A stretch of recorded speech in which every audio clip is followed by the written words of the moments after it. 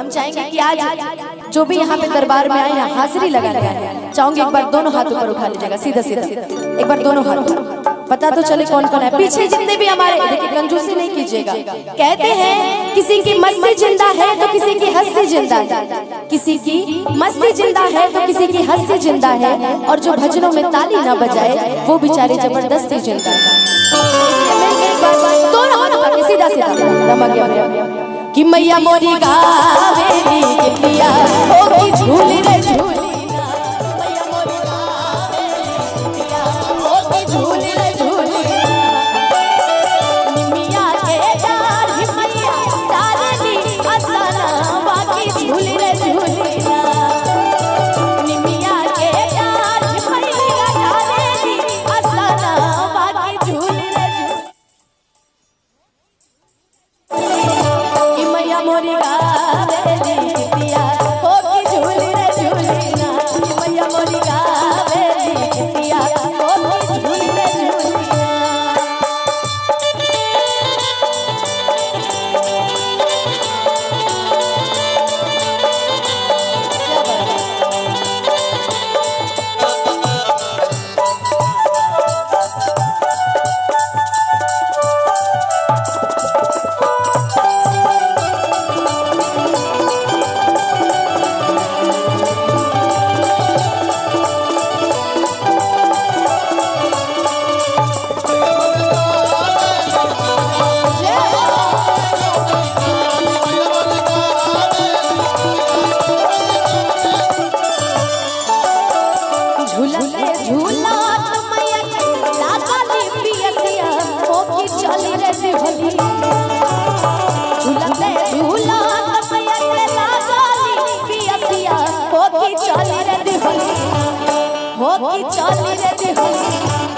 जब झूलते झूलते मैया रानी को प्यास लग जाता है तो माता रानी कहाँ जाती है?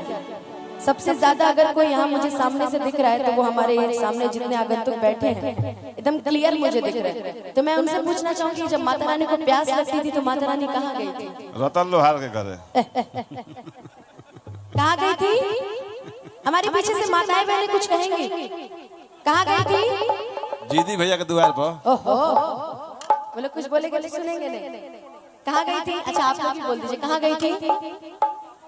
कहीं नहीं गई थी। अच्छा ठीक है, चलिए आपकी आवाज मुझ तक लगता आ नहीं रही, लेकिन जवाब तो सबको पता होगा कि झूलते झूलत मैया के, क्योंकि आज हम आपसे पूछने आए हैं, आप हमसे पूछेंगे कि झूलते झूलत मैया के लगली पियसिया हो कि चली रे दिहली, माता रानी कहाँ गई थी?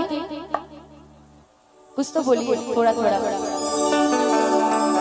फिर से पूछे कि झूलते झूलत मैया के अरे लागली पियसिया हो कि चली रे दिहलिया। जवाब हमको मिल गया सामने से, तो इसलिए चाहेंगे अगर सामने से जवाब मिला है तो सभी मिलके एक बार दोनों हाथ उठा के ताली बजा के मिलके मेरे साथ गाएंगे, हो माला हो रिया तू अरिया मैया चली रे दिहलिया, माला हो रिया तू अरिया मैया चली रे दिहलिया।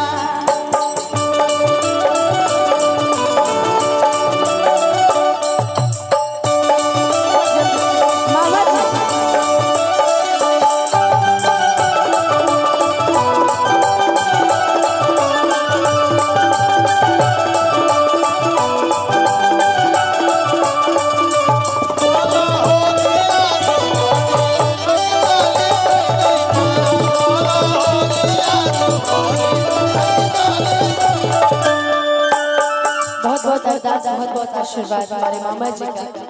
मालिक के द्वार पे पहुंचती है माता रानी और कहती है कि मालिक सुतला बार ज्यादा लगे मनिया, मालिक